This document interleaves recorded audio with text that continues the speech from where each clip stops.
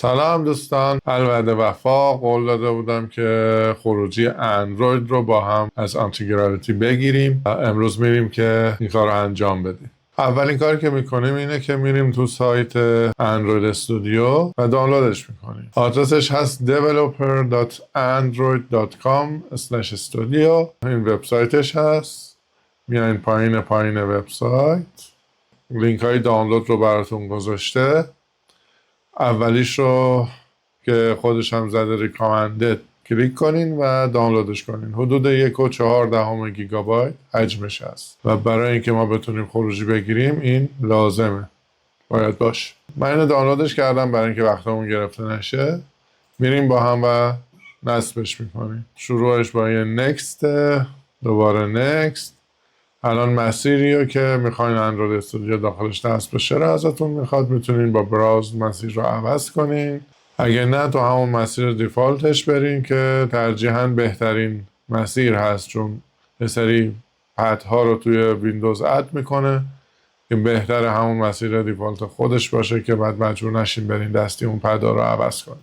صبر میکنیم تا نصب انجام بشه. احتمال زیاد مجبورمون میکنه بریم اندروید استیکا رو هم دانلود کنیم. اینم از فینیشت. حواستون باشه که حتما تو این مسیر VPN تون آن باشه، چون که اندروید استودیو هم مثل بقیه نرم افزارهای گوگل ما رو تحریم کرده. جزو افتخاراتشه که به ما خدمات نمیده. خب اینا رو همون استاندارد میزنیم. نکست، اندروید امولاتور و یه سری استیکا. بله گفتم استیکا رو آخر مجبورمون میکنه بریم نصبش کنیم. امیدوارم خودش نصب کنه و دردسر برامون درست نکنه. اکسپت رو میزنیم و چیزایی که میخواد رو خودش اینجا گذاشته تو لیست به نصب کردنش. شروع کرد به تلاش برای نصب چیزایی که نیاز داره. این وسط تا این نصبش رو انجام بده.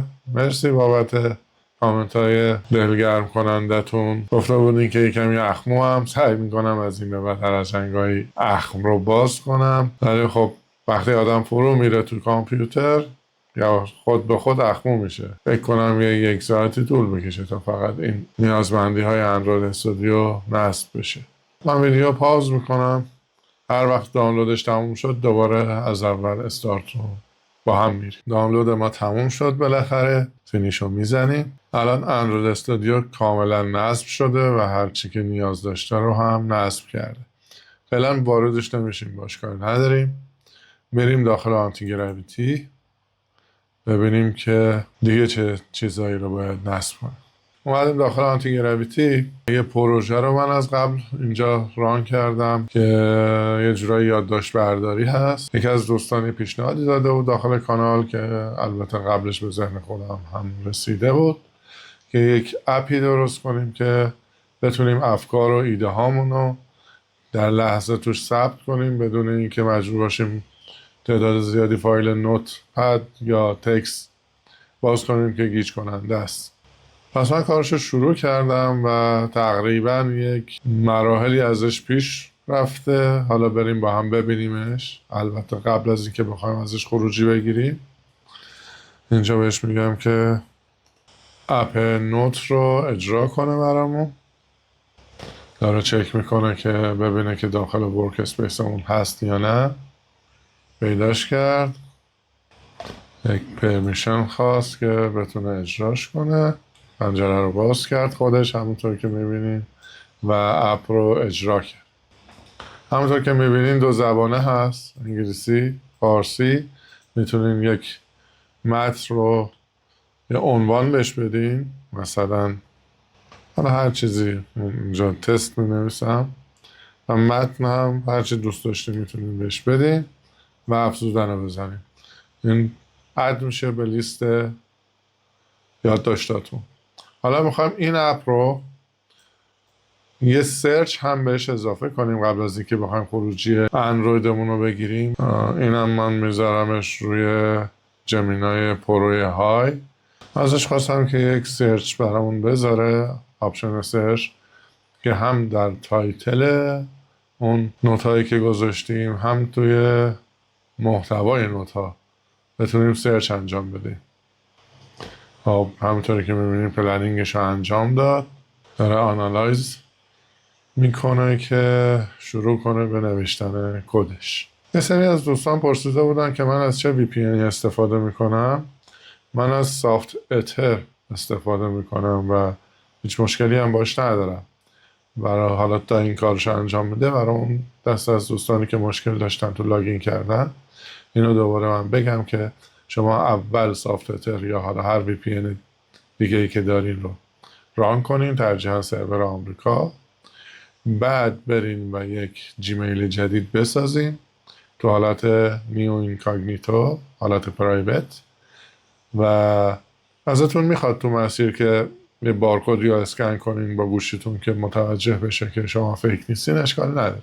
بارکد رو که اسکن میکنین جیمیل جدیدتون ساخته میشه. بعد بیاین داخل آنتی گراویتی و با اون جیمیل جدید لاگین کنین. خب ببینیم چی کار کرد. میگه من براتون این کار رو انجام دادم، ریویو کنین، فلانش اوکی هست، برو برای پروسید رو میزنیم که کارش رو شروع کن. الان دوباره شروع کرد مجوز گرفتن ازمون، داره اپ رو به روز رسانی میکنه. الان دوباره مثل بار قبل ازمون مجوزهای لازم رو میخواد. این قسمتش تنها قسمتیه که شما رو مجبور میکنه با یه کار بمونین تا لحظه آخر، هرچند که شما میتونین همزمان چندین پروسس مختلف رو روی اپهای مختلفتون اجرا کنین که چند تا کار رو با هم جلو ببرین. گفته که I have added the search functionality to your note app.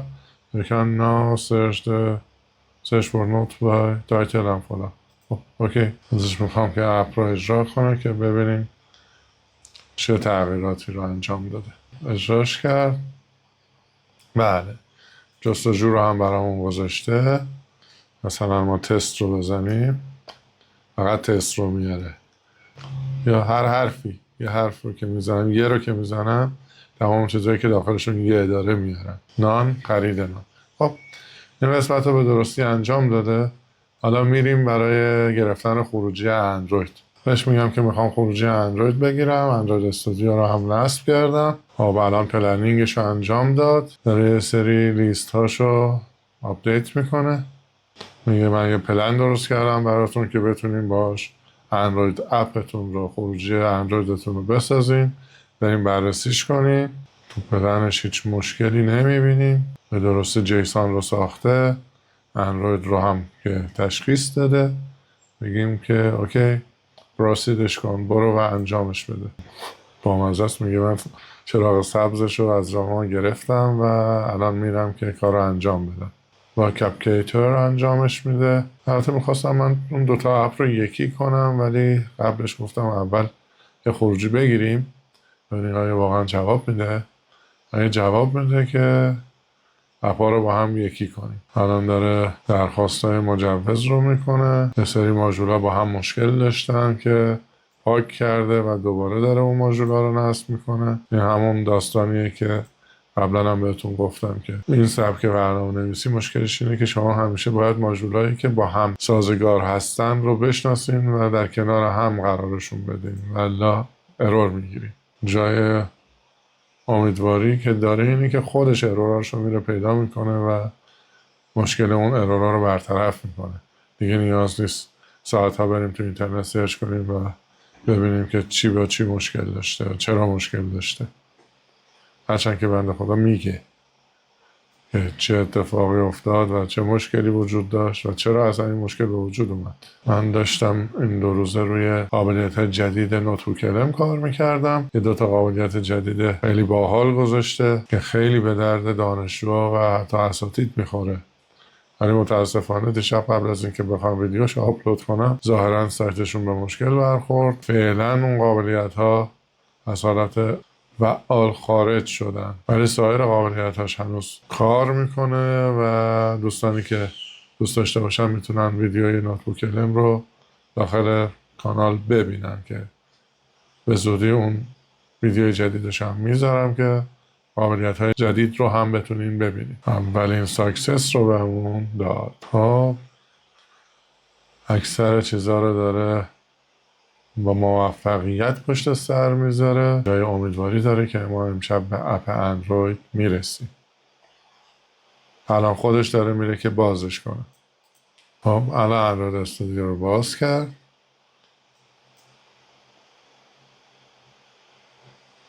تمام فایل هایی که نیاز داشته رو هم آماده کرده، ارسال کرده به داخل اندروید استودیو و این گریدل اعصاب خورد کن هم خودش آورده و گذاشته و فقط نیاز هست اینجا یه بیلد بگیریم. اینم انگار از اون مواردیه که یه مدتی طول میکشه. اینجا هم دانلود سنگین این اندروید استودیو پدر آدم در میاره، از بس دانلود میکنه. الان هم دوباره یه فایل دیگه رو داره دانلود. خب به ما گفته که اندروید استودیو باز میشه. اینجا گفته که اندروید استودیو باز میشه و یا اگرم باز نشد شما میتونین که خودتون باز کنین و برین اندروید فولدر رو از داخل گوشه نوت اپ بردارین. ازش میپرسم که بعدش چیکار کنم. میگه که اگر دیدین که نوشته که گرادل داره سینک میشه، صبر کنین تا کارش انجام بده، بعد دیوایس رو انتخاب کنین. اگر میخواین ریل فون باشه، گوشی خودتون باشه، گوشی رو با یو اس بی وصل کنین. اگرم ایمولاتور میخواین، برین داخل دیوایس منیجر و یک حالت ایمولاتور یک گوشی اد کنین و روش ران بگیرین تا خروجی اپتون رو ببینین. و حالا ما اول باید دانلودهای اینجا تموم بشن و بعد بریم برای گرفتن خروجی.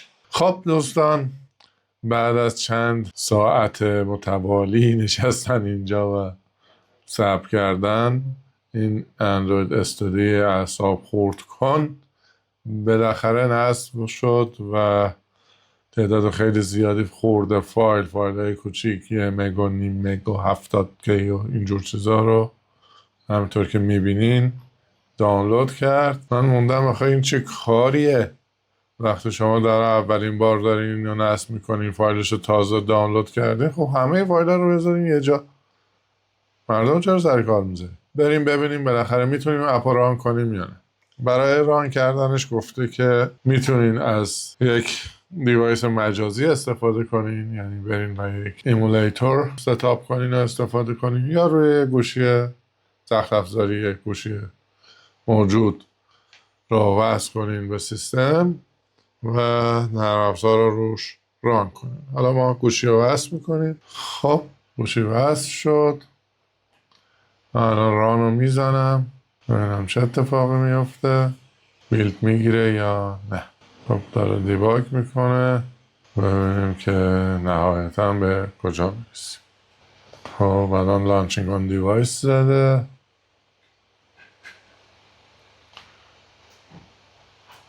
دیوایس رو لانچ کرد. ظاهرا متوجه نشد که من درخواست کردم روی دیوایس سخت افزاری ستاپ کنه و مستقیم رفت و خودش یک ایمولیتور رو ران کرد و نرم افزار ما رو روش اجرا کرد. همونطور که میبینید نرم افزار اجرا شد، کار میکنه. کیبورد اندرویدی برامون آورده. خب ما یه چیزی مینویسیم همینجا و افزودن رو میزنیم و خیلی راحت اد شد. خب الان نرم افزار به خوبی و درستی داره کار میکنه. همونطور که دیدین روی حالت مجازی ما تونستیم ازش خروجی بگیریم. پس بریم و خروجی اصلی یعنی فایل ایپیکاش رو بگیریم. برای این کار این بالا داخل منوهایی که وجود داره میریم داخل منوی بیلد و از منوی بیلد جنریت اپ باندل اور ایپیکا رو میزنیم. ایپیکاش رو انتخاب میکنیم. این شروع به کار کردن میکنه. این پایین یک مسیج داد که اپیکای شما ساخته شده. لوکیت رو میزنیم. اینجا اگه دقت کنین یه دونه اپ دیباگ دات اپیکا وجود داره. اینو من کپی میکنم و میبرم داخل گوشی که وصل کردم. وارد گوشی میشم و یه جایی که بتونم پیداش کنم ذخیرش میکنم تو پوشه داکیومنت. اینجا پیستش میکنم. خب میرم داخل گوشی، فایل منیجر و اپ رو روش ران میکنم. اینستال رو میزنم در حال نصب کردن هست. صبر میکنیم تا نصبش تموم بشه. همونطور که میبینین اپ ما با موفقیت روی گوشی اندروید نصب شد و تونستیم به اون هدف نهاییمون برسیم. امیدوارم این ویدیو برای شما هم جذاب بوده باشه و مفید واقع بشه. لطفاً کانال رو حمایت کنین همونطور که تا حالا حمایت کردین و ما هم سعی میکنیم که همیشه جدیدترین و بهترین ها رو براتون آماده کنیم و توی کانال بهتون ارائه بدیم. چاو.